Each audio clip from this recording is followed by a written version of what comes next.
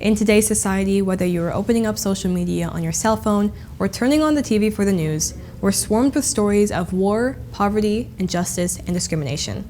At times, it may be hard to find something to believe in, but all over the country, there are people doing their part in spreading positivity and making a difference for their community.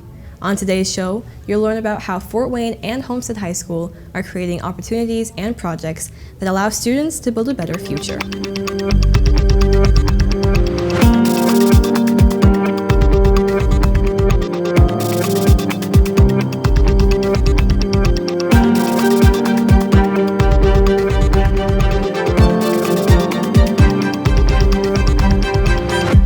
Starting off our show today, Fort Wayne's Literacy Alliance has been working towards making a difference in the community since 1972.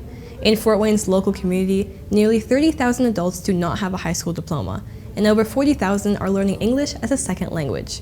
Both often struggle to obtain a proper career because of these barriers.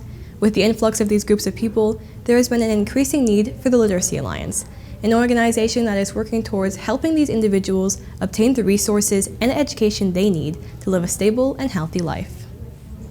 You know, we've recently updated our mission, and it starts out with literacy changes lives, and it truly does, because literacy is a gateway out of poverty. So many people who come to us have all of these barriers which are keeping them in poverty, and they know that they're here to get that high school equivalency diploma because that's a gateway to a better job.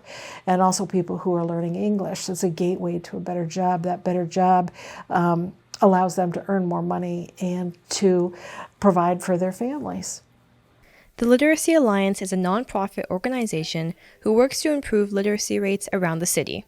Their work is split up into three main areas. Project Graduate helps adults seeking to obtain a high school equivalency diploma after previously being unable to earn one. Project Connect allows immigrants who received an education in their native country to learn English as a second language fluently. Finally, they have Project Reads, where children in grades K through 3 who may need extra reading help outside of the classroom can get paired up with an adult mentor. Homestead students Madeline Fong and Ganga Subramanian had the idea to bring together all Homestead media outlets, including the Spartana, Yearbook, and HHS In Depth, to partner with the Literacy Alliance to give them the supplies they need. Since Literacy Alliance is teaching other adults, they're going to need a lot of classroom supplies to get that done. And a lot of those classroom supplies, they may not seem like much when you go out to the store and buy them for back to school, but if you have to buy them for an entire classroom, those costs really add up. So donating is one way that we can help them. If you want to support the cause, there are bins located near the main office, Freshman Academy, and Attendance Office, along with student services. For years, high school students have been encouraged to get involved and make a difference in their community. Michelle Obiama joins us now with a story on how students first came to volunteer in their community. That's right, Nada. The first recorded instance of volunteering can actually be traced back to 12th century England, where it was found that over 500 hospitals were operated by volunteers. In America, volunteering has been around since the colonies. In 1736, Benjamin Franklin started the first volunteer firehouse in Philadelphia. The Revolutionary War sparked truly the first united volunteer effort in American history. This drove volunteering away from only being faith-based to a way to also show one's patriotism. Students and Americans from all walks of life banded together to show support. Because of renewed religious movements like the Second Great Awakening and the Civil War, the 1800s saw an uptick in going out and doing good for the community. Organizations like the YMCA, the Salvation Army, and the American Red Cross, which students can still be seen volunteering at today, were all created in the 19th century.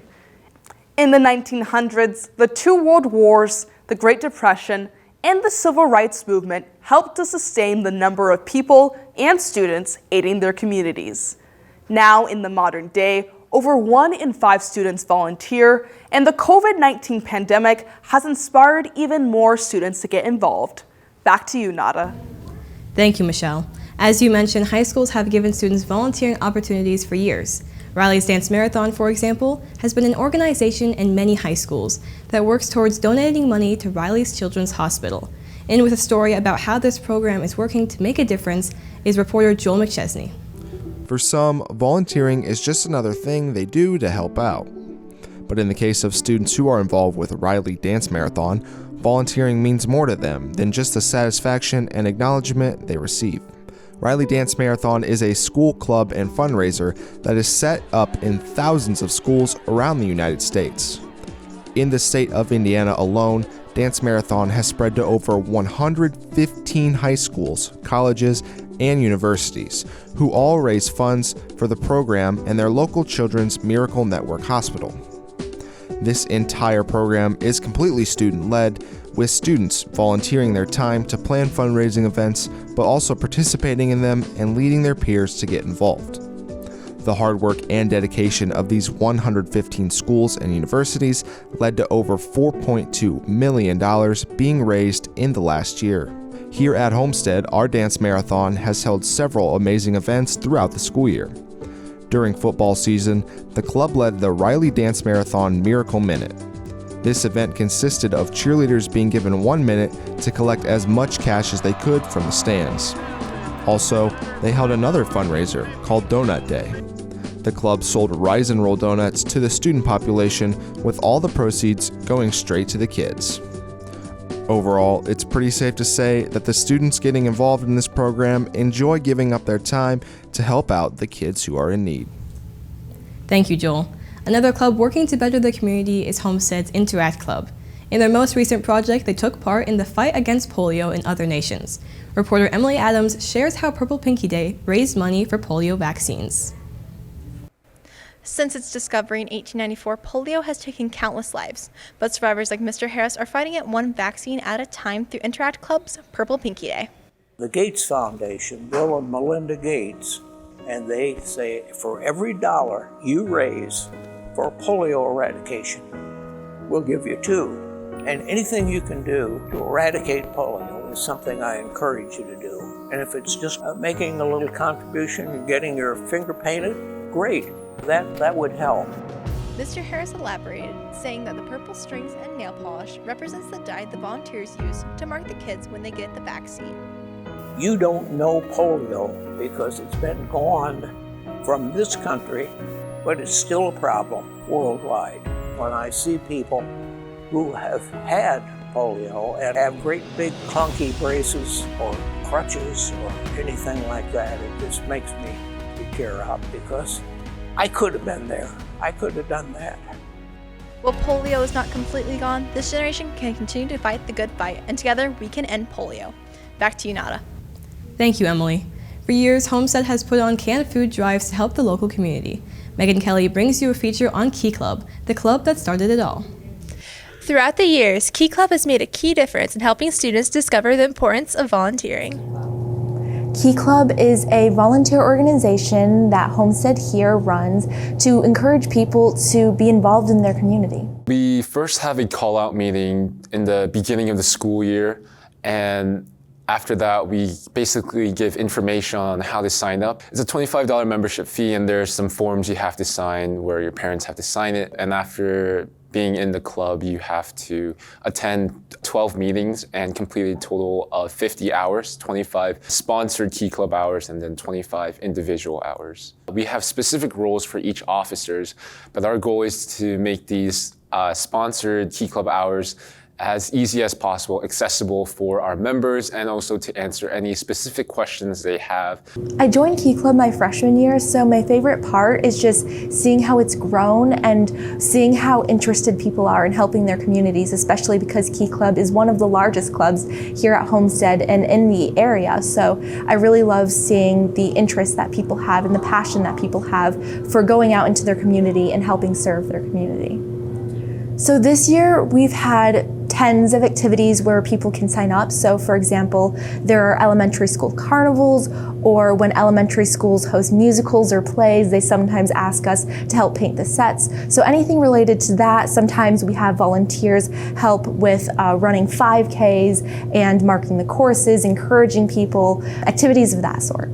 Every year, Key Club has a canned food drive to donate to the Community Harvest Food Bank. Recently, we've decided to start a canned food drive, and so we usually work with Community Harvest Food Bank for this canned food drive, and this is now going to be our third year we're planning it again. Last year we actually didn't get a count because they didn't weigh our cans, but the year before that we actually raised between 2 and 3 tons of food for Community Harvest Food Bank. So hopefully we surpass that this year with the food drive. That's amazing. Key Club helps people build a better future by getting high schoolers interested in community service early on, and by providing opportunities for people to connect to their community and participate in volunteer activities, whether at elementary schools, food banks, or through other events. Clearly, Key Club's commitment to helping the community grow is to be admired. Back to you, Nada. Thank you, Megan. Every year, students across the nation get inducted into the National Honor Society and continue to build our community through their volunteer hours. Reporter Mara Nicholson explains one activity that National Honor Society students can participate in. One of the opportunities offered to Homestead National Honor Society students is tutoring. This helps students improve in their classwork while also feeling relaxed in a teacher-student environment. I got inducted into NHS by qualified with my GPA. Once we get inaugurated, we get sent out a Google form that we can select our subjects that we would like to tutor in. Our tutoring sessions take however long each tutoree needs in order to feel that they got the full understanding of the subject that they are trying to be tutored for. Oftentimes, tutors and students will meet in the library, community room, or math resource room to help on various subjects. But some take the liberty to have tutoring sessions outside of school in more interesting locations. We tutor anywhere. It really just depends on wherever the student really wants to tutor. I would definitely recommend more students getting involved if they can. I love being able to connect with other students who are taking similar classes as me. I love being able to remember everything that I used to do and be able to pass on that advice. Clearly, the National Honor Society students are making a difference in the community by helping struggling students through tutoring. Back to you, Nada. Thank you, Mara, and thank you for watching today as we explored how students today can help build a foundation for a better tomorrow.